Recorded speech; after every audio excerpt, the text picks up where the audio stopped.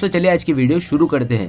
दोस्तों वीडियो शुरू करने से पहले मैं आपको एक बात बता दूं कि आपने अभी तक हमारे इस चैनल को सब्सक्राइब नहीं किया हो तो नीचे पर आपको ग्रेट बटन में सब्सक्राइब करके लिखा रहा होगा, इसके पर क्लिक कर लीजिए और साइड में नोटिफिकेशन बेल भी आएगा, उसको भी क्लिक कर लेते ताकि आपको मिल सके हमारे अगले वीडियो की नोटिफिकेशन सबसे पहले और आप कुछ नया सीख सके। कुछ करिए नस नस मेरी खोले, हाय कुछ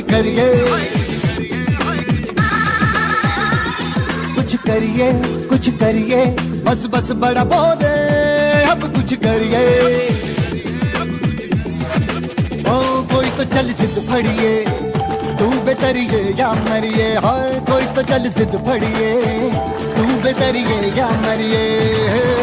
शक दे हो शक दे गिलिया, शक दे हो शक दे गिलिया, शक दे हो शक दे गिलिया, शक दे हो शक दे गिलिया।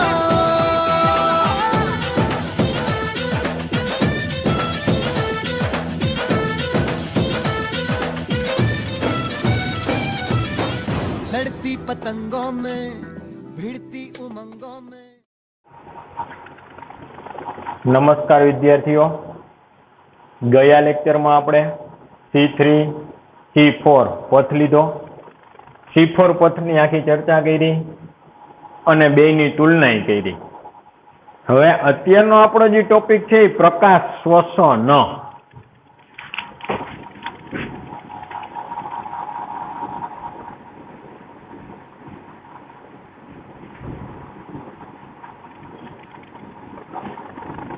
प्रकाश श्वसन की क्रिया। जो कि आ प्रश्न में आपणे घणी बधी चर्चा आगळ कर लीधी, घणी बधी चर्चा आपणे आगळ करी गया। अहींया प्रकाश श्वसन नी प्रक्रिया में जाता पहेला आपणे अहींया पाછી C3 अने C4 नी थोड़ीक चर्चा करवानी थाय। कोई चर्चा के जे आपणी थियरी में भण्या छे ते ज, नवुं कांई नहीं।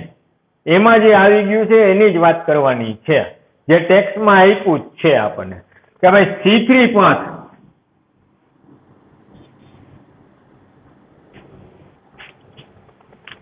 नी अंदर बधी ज क्रिया मध्यपर्ण पेशीना कोषमां थाय। त्यारे C3 मां बधी ज क्रिया मध्यपर्ण पेशीमां थाय।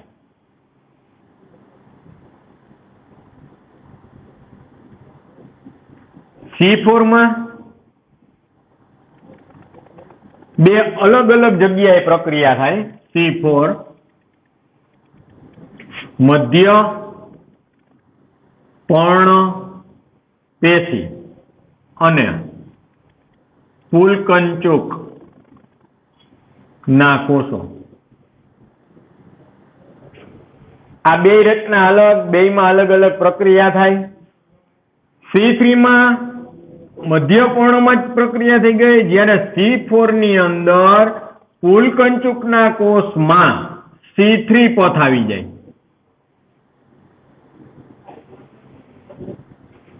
मध्यपर्ण में आपणे जोयुं ने प्रकाश प्राप्ति थाय ने C3 पथ छे पुलकंचुकना कोषमां थाय। आपणे डायग्राम दोर्यो तो कार्बन डाइऑक्साइड नो अणु छूटो पड्यो, छूटो पड़ेलो कार्बन डाइऑक्साइड नो अणु छे पुलकंचुकना कोषमां शुं थयो तो के दाखल थई गयो। ओके, आगळ अहींया C3 पथ में कार्बन डाइऑक्साइड नो प्रथम ग्राहक RuBP C3 में छे अने phosphoenol pyruvic acid PEP phosphoenol pyruvic acid जे C4 पथ में कार्बन डाइऑक्साइड नो प्रथम ग्राहक छे। कार्बन डाइऑक्साइड नो प्रथम ग्राहक C3 में RuBP, कार्बन डाइऑक्साइड नो प्रथम ग्राहक C4 में PEP। C3 नी अंदर प्रथम निपज 3 कार्बन वाली फोस्फोग्लिसरिक एसिड। C4 में प्रथम निपज 4 कार्बन वाली ऑक्जेलो एसिटिक एसिड। મેં તમને કીધું ને કે આ બધું આપણે આગલા લેક્ચરમાં લીધું જ છે. આ તો આપણને આ થિયરીમાં આગળ આપ્યું છે એટલે આપણે અહીંયા પાછું લઈ છે. રિવિઝન છે તમારા માટે, આપણે ભણી ગયા છે. આરયુબીપી આની ચર્ચા આપણે કરી હતી, પાછું જોઈ લે જરાક, પાછું રિપીટ થાય છે. આરયુબીપી છે એ કોણ છે? તો કે તે ઓક્સિજન હારે જોડાવાની ક્ષમતા ધરાવે છે, કાર્બન ડાયોક્સાઇડ હારે જોડાવાની ક્ષમતા ધરાવે છે. પેલી પ્રકૃતિ કેવી છે? તે મહત્તમ ઓક્સિજન હારે જોડાવાની પ્રકૃતિ ધરાવે. જો એને એક જ સમયે ઓક્સિજન અને કાર્બન ડાયોક્સાઇડ બંને આપવામાં આવે, બેય મળે એને એક જ સમયે, તો તે પેલા ઓક્સિજન હારે જોડાવાનો આગ્રહ રાખે, ત્યારબાદ કાર્બન ડાયોક્સાઇડ હારે જોડાય. જો ઓક્સિજન ન હોય તો, હોય તો એની હારે જ જોડાય, બીજા કોઈ હારે જોડાશે નહીં જોડાય. આગળ એટલા માટે એનું વિશિષ્ટ નામ આપવામાં આવ્યું રૂબિસ્કો.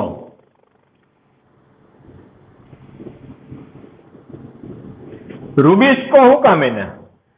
જો તે ઓક્સિજન હારે જોડાય તો ઓક્સિજનેશન ની ક્રિયા કરે છે, કાર્બન ડાયોક્સાઇડ જોડાય તો કાર્બોક્સિલેશન ની ક્રિયા કરે છે.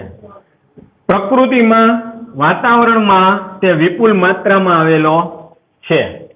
આ બધી ચર્ચા આપણે આગળ ટોપિકમાં કરી હતી.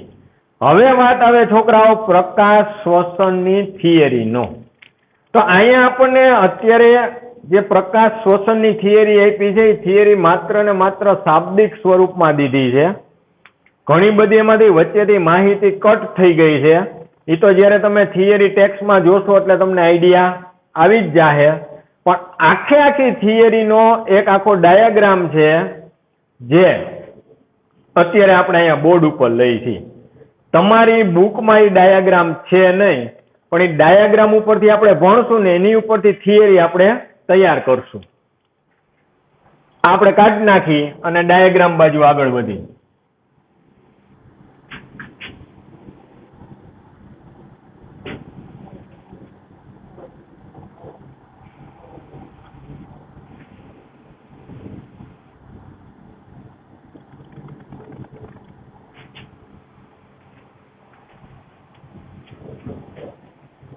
હવે પ્રકાશ શ્વસનની પ્રક્રિયામાં 3 પ્રકારની અંગિકાઓ ભાગ લે: હરિતકણ, પેરોક્સિઝોમ અને કણાભસૂત્ર.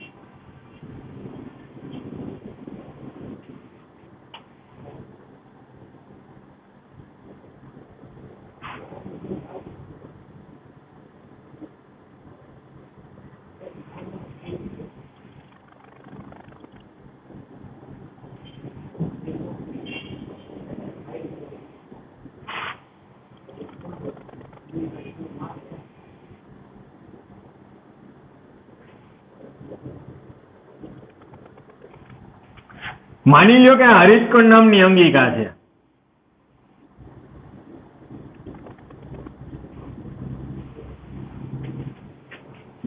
આ પેરોક્સિઝોમ,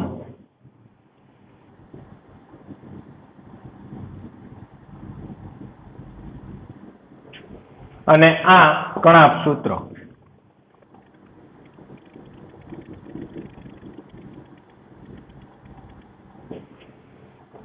હવે આખો ઘટનાક્રમ આમ છે: પ્રકાશ શ્વસનની પ્રક્રિયા દરમિયાન હરિતકણની અંદર રહેલા આરયુબીપી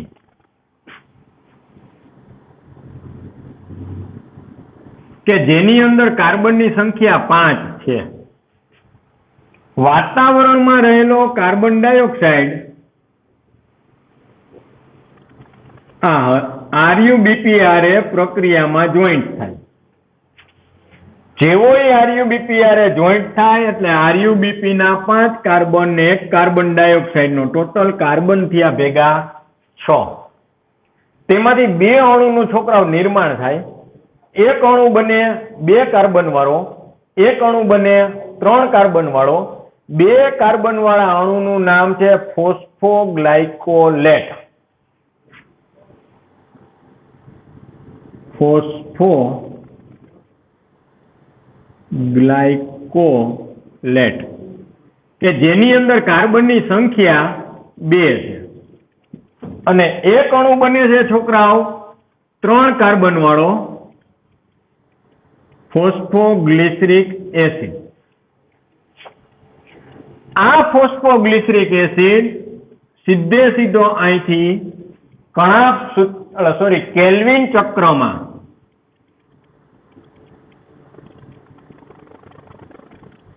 દાખલ થઈ જાય. હવે હરિતકણમાં વૈધો કોણ? તો કે ફોસ્ફોગ્લાયકોલેટ. આ ફોસ્ફોગ્લાયકોલેટમાંથી ફોસ્ફેટનો અણુ મુક્ત થાય, જેને કહેવામાં આવે વિફોસ્ફોરીકરણની ઘટના. વિફોસ્ફોરીકરણ.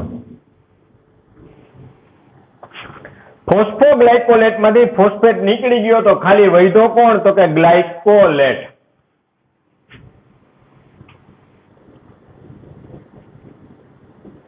જેમાં કાર્બનની સંખ્યા 2 છે. આ ગ્લાયકોલેટ કણાભ સૂત્રમાંથી બહાર આવે, પેરોક્સિઝોમ નામની અંગિકામાં દાખલ થાય.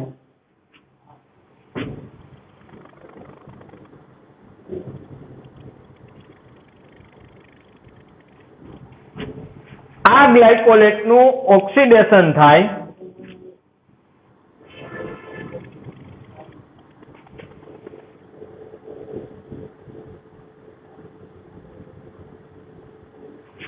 અને એમાંથી નિર્માણ પામે ગ્લાયોક્ઝાઇલેટ. ગ્લાયોક્ઝાઇલેટ અને સાથે સાથે H2O2 નું નિર્માણ થાય.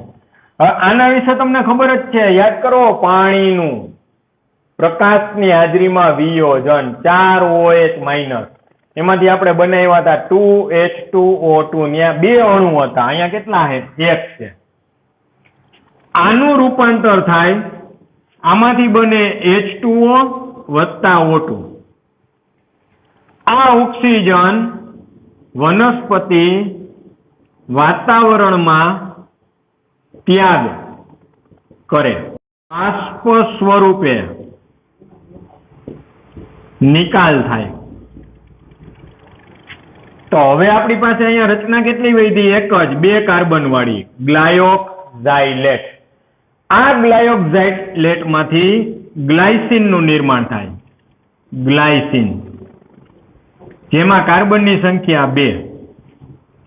આ ગ્લાયસિન નો અણુ પેરોક્સિઝોમમાંથી બહાર આવે અને કણાભ સૂત્રમાં દાખલ થાય.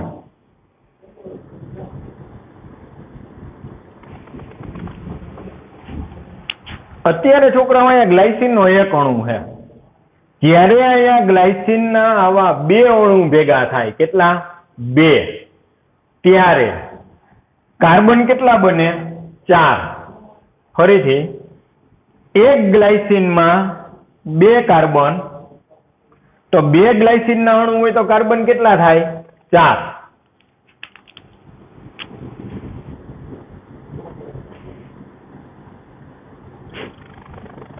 ત્યારે ગ્લાયસિન માંથી 1 કાર્બન જે કાર્બન ડાયોક્સાઇડ સ્વરૂપે નિકાલ પામે અને સાથે સાથે NH3 પણ નિકાલ પામે. હવે ગ્લાયસિનના 2 અણુ ભેગા થયા એટલે 2X, એટલે 2 અણુ. એટલે કાર્બન કેટલા થયા? 4. 4 માંથી 1 કાર્બનનો કાર્બન ડાયોક્સાઇડ સ્વરૂપે શું થઈ ગયો? નિકાલ. હવે વધ્યા 3 કાર્બન. આ 3 કાર્બન વાળી એક રચના બને જેનું નામ છે સેરીન, કે જેમાં કાર્બનની સંખ્યા કેટલી છે? 3. આ દરમિયાન મુક્ત થયેલા હાઇડ્રોજન છે એ હાઇડ્રોજન ગ્રાહી પદાર્થ અહીંયા લઈ લે એટલે NAD હાઇડ્રોજન આરે જોડાઈ જાય અને NADH2 નું નિર્માણ થાય. હવે આ સેરીનનો અણુ કણાભ સૂત્રમાંથી બહાર નીકળે પેરોક્સિસોમમાં દાખલ થાય.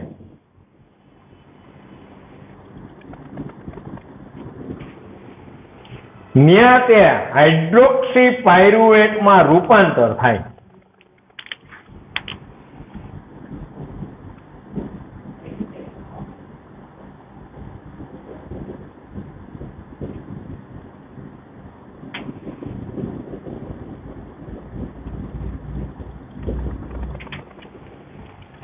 હાઇડ્રોક્સી પાયરુવેટમાંથી તેનું રૂપાંતર થઈ જાય ગ્લિસરેટમાં.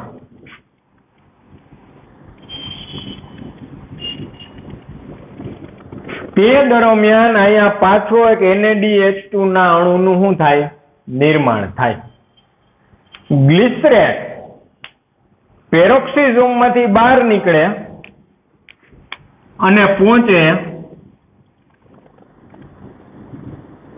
હરિતકણમાં.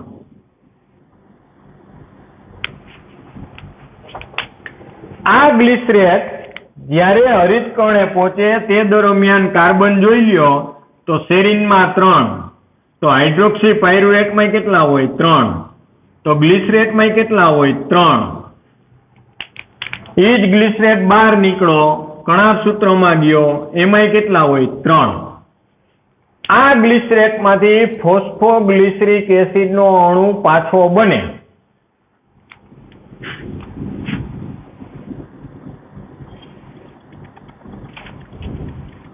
અને એ RuBP આરે જોડાઈ જાય, ચેનલ થઈ ગઈ પાછી ચાલુ. પણ આ દરમિયાન અહીંયા એક અણુ ATP નો વપરાય, ADP પ્લસ ફોસ્ફેટનું નિર્માણ થાય. ગ્લિસરેટમાંથી બની જાય ફોસ્ફોગ્લિસરિક એસિડ, કારણ કે ATP માંથી મુક્ત થયેલો ફોસ્ફેટનો અણુ ગ્લિસરેટ આરે પ્રક્રિયા કરે. ન્યા એનું થયું કહેવાય ફોસ્ફોરીકરણ. ફોસ્ફોરીકરણ. રેડી? આખી વાત છે પ્રકાશ શ્વસનની. આટલું ડીપમાં આપણી ટેક્સ્ટમાં આપેલ નથી. એટલે તમે જ્યારે ટેક્સ્ટ વાંચશો, થિયરી વાંચતા હશો ત્યારે આ બધી ચર્ચા નહીં આવે. આમાંથી બહુ ઓછી ચર્ચા એમાં આપેલી છે, બધી ચર્ચા આપેલી નથી. ફરીથી આખી થિયરી આપણે લઈ ક્રમશઃ અગત્યની છે ને છેલ્લે આપણે આમાં ચર્ચા કરી કે આપણે આમાંથી યાદ રાખવા માટે નીટ લેવલે શું છે. તો ભાઈ પ્રકાશ શ્વસનની પ્રક્રિયા છે વનસ્પતિની અંદર આવેલી 3 જુદા જુદા પ્રકારની અંગિકામાં થાય. હરિતકણ, પેરોક્સિસોમ, કણાભસૂત્ર. સૌ પ્રથમ હરિતકણમાં રહેલા RuBP સાથે વાતાવરણમાં રહેલો કાર્બન ડાયોક્સાઇડ જોડાય. RuBP ના 5 કાર્બન, કાર્બન ડાયોક્સાઇડનો 1 કાર્બન, આમ ટોટલ 6 કાર્બન. આ 6 કાર્બનમાંથી 2 અણુનું નિર્માણ થાય. એક અણુ બને 2 કાર્બન વાળો ફોસ્ફોગ્લાયકોલેટ. એક અણુ બને 3 કાર્બન વાળો ફોસ્ફોગ્લિસરિક એસિડ. આ 2 કાર્બન વાળો ફોસ્ફોગ્લાયકોલેટ છે તેમાં વિફોસ્ફોરીકરણની ક્રિયા થાય. ફોસ્ફેટનો અણુ એમાંથી શું થાય? મુક્ત થાય. જ્યારે ફોસ્ફોગ્લિસરિક એસિડ છે કે કેલ્વિન ચક્રમાં દાખલ થઈ જાય. હાલો ક્લિયર? ફોસ્ફોગ્લાયકોલેટમાંથી ફોસ્ફેટનો અણુ નીકળી ગયો, જેને કારણે બન્યું શું તો કે ગ્લાયકોલેટ. આ ગ્લાયકોલેટ હરિતકણ નામની અંગિકામાંથી બહાર નીકળે, પેરોક્સિસોમ નામની અંગિકામાં દાખલ થાય ત્યારે તેનું ઓક્સિડેશન થાય અને તેમાંથી ગ્લાયોક્ઝાઇલેટ નામના અણુનું નિર્માણ થાય. સાથે સાથે H2O2 પ્રકારનું બંધારણ છૂટું પડે, જેનું એક અણુ પાણી અને એક અણુ ઓક્સિજનમાં રૂપાંતર થાય. પાણી બાષ્પ સ્વરૂપે વનસ્પતિમાંથી નિકાલ થાય અને ઓક્સિજન વાતાવરણમાં ત્યાગ પામે. હાલો, ક્લિયર અહીં સુધી? આગળ ગ્લાયોક્ઝાઇલેટ નું રૂપાંતર થાય ગ્લાયસીનમાં. ગ્લાયસીન પેરોક્સિસોમમાંથી બહાર નીકળે, કણાભસૂત્રમાં દાખલ થાય. જ્યારે ગ્લાયસીનના બે અણુ ભેગા થાય, ગ્લાયસીનનો એક અણુ હોય છોકરાઓ, તેમાં કાર્બન કેટલા? 2. તો ગ્લાયસીનના બે અણુ ભેગા થાય તો કાર્બન કેટલા થાય? 4. આમાંથી એક કાર્બનનો કાર્બન ડાયોક્સાઇડ સ્વરૂપે ત્યાગ થાય, જ્યારે બાકીના 3 કાર્બન વાળી રચના બની જાય સેરીન.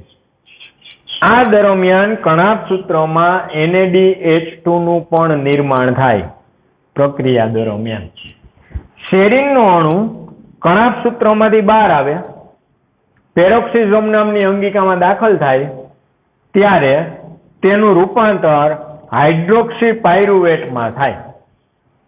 હાઇડ્રોક્સી પાયરુવેટમાંથી રૂપાંતર પામે ગ્લિસરેટમાં. તે સમયે આ જગ્યાએ NADH2 નું પાછું નિર્માણ થાય. મુક્ત થયેલો હાઇડ્રોજન છે NAD જોડાઈ જાય. NAD nicotinamide adenine dinucleotide. NAD nicotinamide adenine dinucleotide હારે જોડાઈ જાય. હવે આ ગ્લિસરેટનો અણુ પેરોક્સિસોમમાંથી બહાર નીકળે, કણાભસૂત્રમાં દાખલ થાય, ત્યારે ત્યાં ફોસ્ફોરીકરણની પ્રક્રિયા થાય. એટલે ATP નો અણુ તૂટે, તેમાંથી ફોસ્ફેટનો અણુ છૂટો પડે. છૂટો પડેલો ફોસ્ફેટનો અણુ જોડાઈ જાય ગ્લિસરેટ હારે, એટલે એનું રૂપાંતર થાય ફોસ્ફોગ્લિસરિક એસિડમાં અને ચક્ર થાય પૂરું.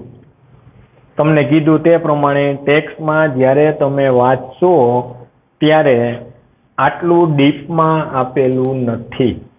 ઓકે, એટલે નિરાતે પેલા આખો ચાર્ટ તમે ડ્રો કરી લેજો, પછી ટેક્સ્ટમાં જોજો. ટેક્સ્ટમાં જ્યાં તમને એમ લાગે કે અહીંથી સીધું આ કેમ બની ગયું, દાખલા તરીકે ફોસ્ફોગ્લાયકોલેટમાંથી કદાચ ગ્લાયોક્ઝાઇલેટ સીધું કેવી રીતે આવ્યું, તો વચ્ચે શું ઘટના થઈ, તો આ બધી ઘટના નો આવે. વિફોસ્ફોરીકરણમાંથી ગ્લાયકોલેટ બન્યો, કણાભસૂત્રમાંથી બહાર આવ્યો, પેરોક્સિસોમમાં આવ્યો, તો આ બધી ચર્ચા એમાં આવે. બરાબર, ટેક્સ્ટમાં બધું નથી, આટલું ડીપમાં આપ્યું નથી. હવે વાત એ આવે છોકરાઓ કે પ્રક્રિયામાં દાખલ થયેલા કુલ કાર્બન માંથી 25% કાર્બનનો વ્યય થઈ જાય. જો અહીંયા સીધું જ છે, અહીં કેટલા કાર્બન ભેગા થયા ગ્લાયસીનના, તો કે 2 અણુના 4 ભેગા થયા. 4 કાર્બન ભેગા થયા, કારણ કે ગ્લાયસીનના અણુ કેટલા છે? 2. એક ગ્લાયસીનના કાર્બન કેટલા? 2. તો 2 ગ્લાયસીનના કેટલા થાય? 4. 4 કાર્બન છે, એમાંથી એક કાર્બન વયો ગયો કાર્બન ડાયોક્સાઇડ સ્વરૂપે. 3 કાર્બન ભેગા થયા અને એમાંથી બન્યો સેરીન. તો આના 4 હરખા ભાગ કરો ટકાવારીમાં, તો 25% આવે. તો 25% કાર્બનનો વ્યય થઈ ગયો ને એક કાર્બન ડાયોક્સાઇડ સ્વરૂપે, ને 75% કાર્બન ડાયોક્સાઇડ સેરીનના સ્વરૂપમાં અહીંથી શું થયો? આગળ આવેલો. એટલે એમ કહી શકાય કે 25% કાર્બન ડાયોક્સાઇડ વ્યય થાય, ને પ્રક્રિયામાં આગળ 75% કાર્બન ડાયોક્સાઇડ વહન પામે.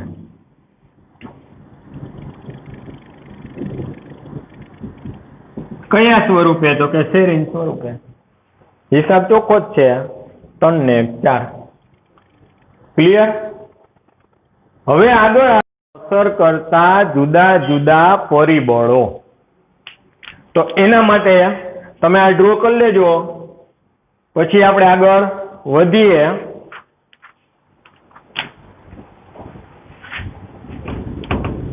આ કાઢી નાખી છે આપણે.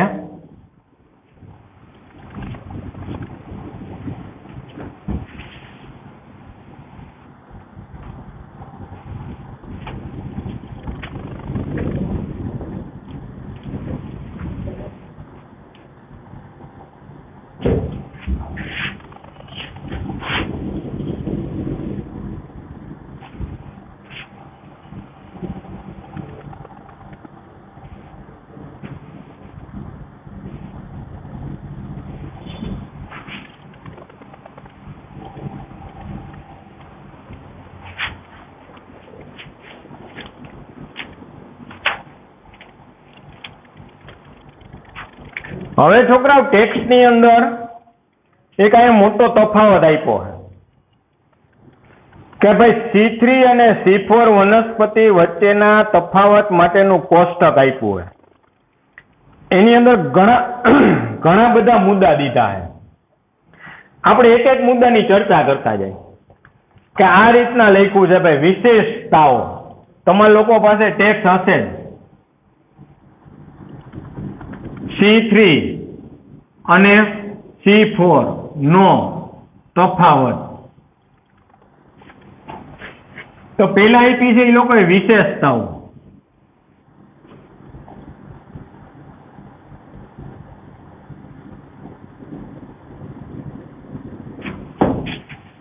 C3 અને C4 માટે એમાં પેલો તફાવત એણે એવું કીધું કે કેલ્વિન ચક્ર દર્શાવતા કોષોનો પ્રકાર.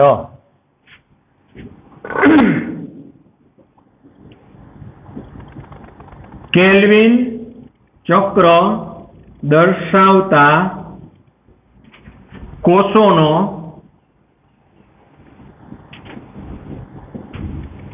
પ્રકાર. તો છોકરાઓ C3 પથમાં યાદ કરો. C3 પથમાં કેલ્વિન ચક્ર ક્યાં થાય? તો આપણે વાત કરી હતી કે ભાઈ C3 પથની અંદર એક જ પ્રકારના કોષ હોય. કોણ? મધ્ય પર્ણપેશીના કોષ.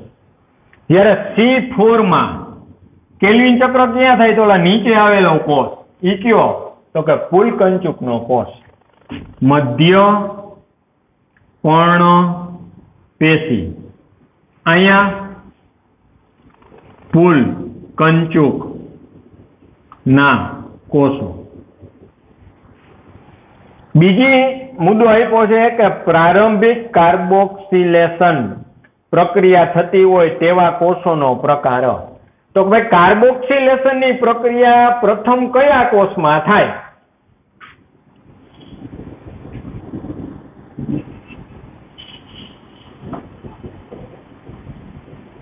આખું વાક્ય હું નથી લખતો, નકર હમણાં બોર્ડ ભરાઈ જાય, મુદ્દા જાજા છે.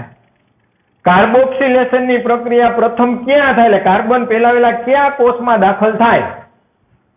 તો C3 માં તો એક જ આવશે, મધ્ય પર્ણપેશી. અહીંયા કાર્બન તો ત્યાં જ દાખલ થતો હતો ને, ઉપરનો કોષ મધ્ય પર્ણપેશી. ત્રીજો મુદ્દો એને આવો દીધો કે પર્ણમાં કાર્બન ડાયોક્સાઇડના સ્થાપન કરતા કેટલા પ્રકારના કોષ હોય છે? કાર્બન ડાયોક્સાઇડનું સ્થાપન થતું હોય એ કયા કોષમાં થાય?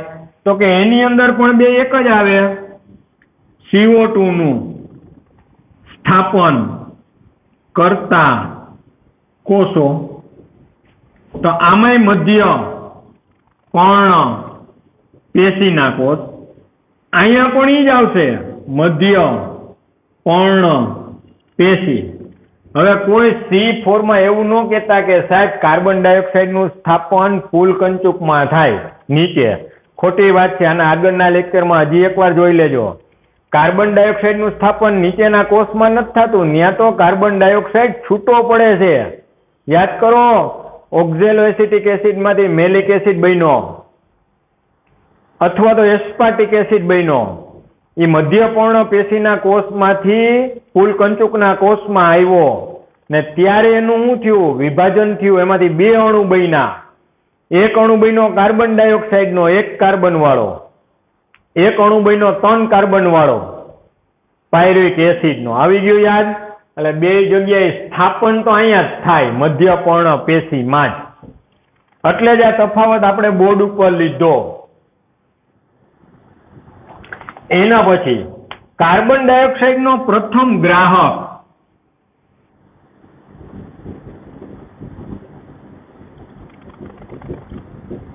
તો ભાઈ કાર્બન ડાયોક્સાઇડનો પ્રથમ ગ્રાહક C3 પથમાં તો કે 5 કાર્બન વાળો RuBp.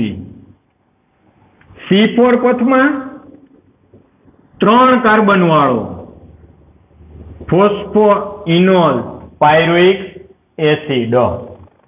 એના પછી તો એ આપણે આમાં ભેગું કહી દીધું. એના પછી મુદ્દો એવો દીધો છે કે પ્રાથમિક કાર્બન ડાયોક્સાઇડ ગ્રાહક માં કાર્બનની સંખ્યા. તો કે આમાં પ્રાથમિક કાર્બન ડાયોક્સાઇડનો ગ્રાહક RuBp, એમાં કાર્બનની સંખ્યા 5. આમાં પ્રથમ કાર્બન ડાયોક્સાઇડનો ગ્રાહક ફોસ્ફોઇનોલ પાયરુવિક ને એમાં કાર્બનની સંખ્યા 3. એના પછીનો મુદ્દો દીધો છે કાર્બન ડાયોક્સાઇડના સ્થાપનથી પ્રથમ નિપજ. એટલે હું અહીં ટૂંકમાં લખું છું કે ભાઈ પ્રથમ નિપજ.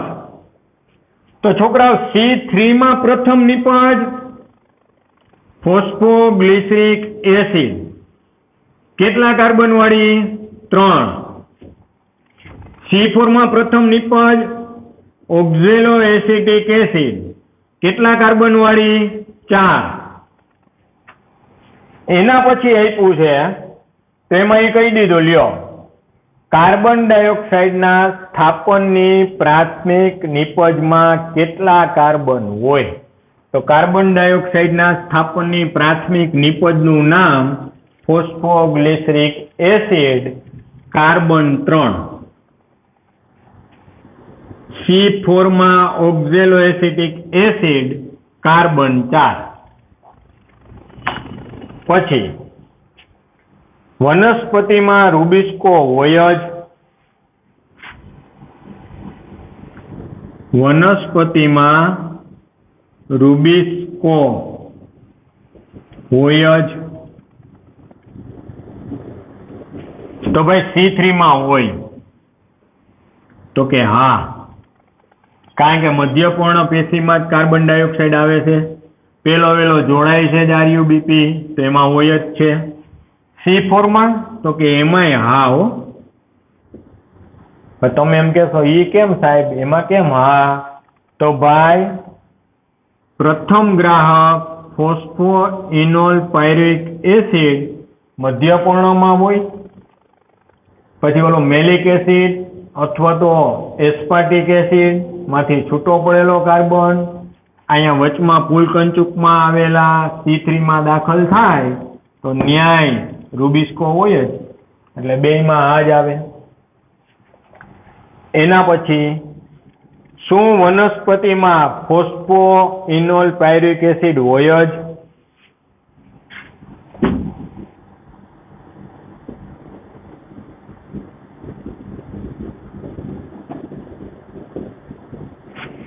તો ભાઈ C3 માં ન હોય,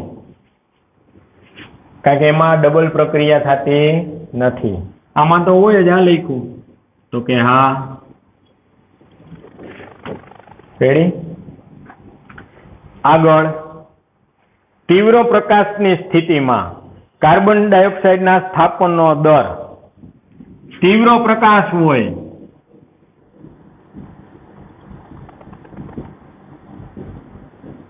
CO2 ના સ્થાપન નો દર. તો છોકરાઓ C3 માં જો કાર્બન ડાયોક્સાઇડની માત્રા વધી જાય તો વનસ્પતિમાં એના સ્થાપનનો દર છે એ કેવો હોય? વધારે. C3 માં વધારે. અને C4 માં કેવો હોય? ઓછો.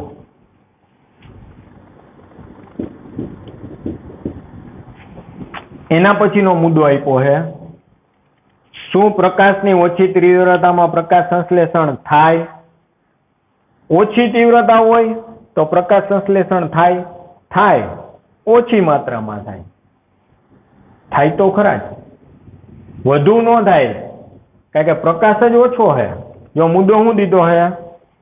શું પ્રકાશની ઓછી તીવ્રતામાં પ્રકાશ શ્વસન થાય? શ્વસન કીધું છે. એટલે હમણાં આપણે આખો ડાયાગ્રામ લીધો તે. આવી રીતના નીચેના મુદ્દા છે, જો કે એ બધા આપણે કરી જ ગયા છીએ. ખાસ મારે તમને એ કહેવાનું કે આ C3 અને C4 માં ઉત્પાદન દર કોનો વધારે? વધુમાં વધુ ઉત્પાદન કોણ કરે? તો C3 ની ઉત્પાદન ક્ષમતા C4 કરતા છોકરાઓ કેવી હોય? ઓછી હોય. એના કરતા એનું ઉત્પાદનનો દર કેવો હોય? ઓછો હોય. કારણ કે C3 માં એક જ પર્ણમાં, મધ્ય પર્ણમાં જ બે ઘટના થાય છે. કાર્બન ડાયોક્સાઇડ ત્યાં જ આવે છે, પ્રક્રિયા દરમિયાન ઓક્સિજન ત્યાં જ ઉત્પન્ન થાય છે. જેને કારણે ત્યાં ઓક્સિજન ઉત્પન્ન થાય તો RuBP એની હારે શું થાય? જોડાઈ જાય. એટલે ઓક્સિજન હારે જોડાવાનું ચાલુ કરે તો કાર્બન ડાયોક્સાઇડ જોડાવાનું શું કરી દે? બંધ કરી દે. એટલે C3 માં ઉત્પાદન દર ઓછો આવે, જ્યારે C4 ની અંદર ઉત્પાદનનો દર શું આવે? વધારે આવે. કારણ તો કે કાર્બન ડાયોક્સાઇડ દાખલ થાય છે મધ્ય પર્ણપેશીમાં અને આગળ જાતા તે પાછો છૂટો પડે, ક્યાં? ફૂલ કેલ્વિન ચક્ર આવી જાય. એટલે એનો ઉત્પાદનનો દર છે એ કેવો થાય? વધી જાય. C3 કેવા પ્રકારની વનસ્પતિમાં થાય? તો C3 છે એ દ્વિદળી પ્રકારની વનસ્પતિમાં થાય. C4 એક દળીમાં થાય. દાખલા તરીકે શેરડી, મકાઈ એમાં થાય. ક્લિયર? આ થયો આખો તફાવત. ટેક્સ્ટમાં જોજો, છેલ્લે 2-3 મુદ્દા મેં તમારા માટે રાખ્યા છે, જેથી કરીને તમે કાંઈક એમાં રસ લ્યો. કારણ કે આખો તફાવત તો તમને ક્યારે આવડે? જો તમારી પાસે C3 ને C4 આ બે થિયરી કમ્પ્લીટ હોય ને તો, નકર ન આવડે. આ બધા મુદ્દા તમને ક્યારે આવડશે? જો આ થિયરી તમે કમ્પ્લીટ કરેલી હશે ને તો જ આવડશે, નકર આવડશે નહીં. જો હવે આપણે ચેપ્ટરના એન્ડ ઉપર વયા ગયા. આના પછી હવે એક જ લેક્ચર બાકી છે, એટલે આ ચેપ્ટર થઈ જાય પૂરું. આના પછી નવા ચેપ્ટરમાં આગળ આપણે વયા જશું. તો અત્યાર સુધીમાં આમ જુઓ તો 3 ચેપ્ટર પૂરા થઈ ગયા, 5મું, 6થું અને આવડું આ 13મું. તો હજી જો તમે રિવિઝન ન કરતા હોય, રિપીટેશન ન કરતા હોય તો સિલેબસ તો આગળ હાલશે જ. સિલેબસ હાલવાનું ચાલુ જ છે, તો તમે રહી જશો પાછળ, સિલેબસ વહી જાય આગળ, તો તમારો એટલો લોસ જાહે. બરાબર છે? હવે અહીંયા આગળ વાત કરી તો ભાઈ મેં તમને કીધું એમ કે આ થિયરી તમારે 2 કમ્પ્લીટ કરવાની છે. આજે જે આપણે પ્રકાશ શ્વસનની થિયરી લીધી એમાં હજી એકવાર તમને કહું, મેં જે બોર્ડ ઉપર લીધું એવો ડાયાગ્રામ આપણી ટેક્સ્ટમાં આપેલો નથી. હવે એ ડાયાગ્રામ મુજબ તમારે અંદર થિયરી છે નહીં. અંદરની થિયરી શોર્ટ કરી નાખી છે, ટૂંકી કરી નાખી છે, જેથી કરીને આખો પ્રશ્ન તમારે સમજવો હોય તો આની પહેલાનો જે પ્રશ્ન આપણો હતો તે પ્રશ્ન મુજબ તમારે આખો ડાયાગ્રામ તમારા માટે તમારી બુકમાં, ફેરબુકમાં લખી નાખવાનો ડાયાગ્રામ આખો, અને પછી તૈયારી કરવાની, જેથી કરીને તમને એક્ઝામમાં MCQ લેવલનું પૂછાય તો તમને આવડી જાય.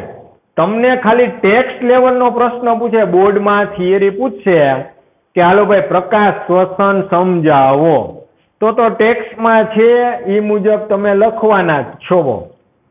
પણ એમાંથી MCQ કાઢીને પૂછશે તમને, ત્યારે તમને પ્રોબ્લેમ થશે જો એ ચાર્ટ તમે હરખો કર્યો નહીં હોય તો. બીજું અગત્યનું એ કે આના પછી આપણે જે 14મું ચેપ્ટર છોકરાઓ ચાલુ કરી છે, એક લેક્ચર પછી એ 14મું ચેપ્ટર તમને ક્યારે આવડશે? જો તમે આ 13મું ચેપ્ટર વ્યવસ્થિત કરેલું હશે તો. બરાબર? વચમાં ગેપ આવતો હોય, સાવ આપણને કંટાળો આવતો હોય કે હવે શું કરવું, ત્યારે એમ સમજવાનું કે આપણે યુટ્યુબમાં પિક્ચર જોઈ છે, ગીત સાંભળી છે, ઈ ગણતરીથી આપણા લેક્ચર પાછા રિપીટ કરી નાખવા. વાંચવામાં કંટાળો આવે, જોવામાં કંટાળો ન આવે, તો ઈ બાને તમારે લેક્ચર પાછા રિપીટ થઈ જશે અને તમારે રિવિઝન થઈ જશે. હવે આપણે આગળ વધી કે ભાઈ પ્રકાશ સંશ્લેષણની પ્રક્રિયા ઉપર અસર કરતા પરિબળો. આ હું કાઢી નાખું છું તફાવત. તમે લોકો તમારી રીતે આખો તફાવત આખો નીચેથી મેં 4-5 મુદ્દા રાખી દીધા છે, તમારા માટે રાખ્યા છે, બધાય નથી લઈ દીધા. તો જ તમે વાંચશો ને, બાકી વાંચવાના જ નથી, મને ખબર છે. એ મુદ્દા રિફર કરવા માટે તમારે આ 2 થિયરી શાંતિથી વાંચવી પડશે ને લેક્ચરે જોવા પડશે, તો એ નીચેનો તફાવત ક્લિયર થશે. બરાબર? એ તમારું હોમવર્ક થયું. મેં અડધો તફાવત કરાવ્યો છે, અડધો તમારા માટે મૂક્યો છે. હવે હું આ કાઢી નાખું અને આપણે આગળ વધી કે ભાઈ પ્રકાશ સંશ્લેષણની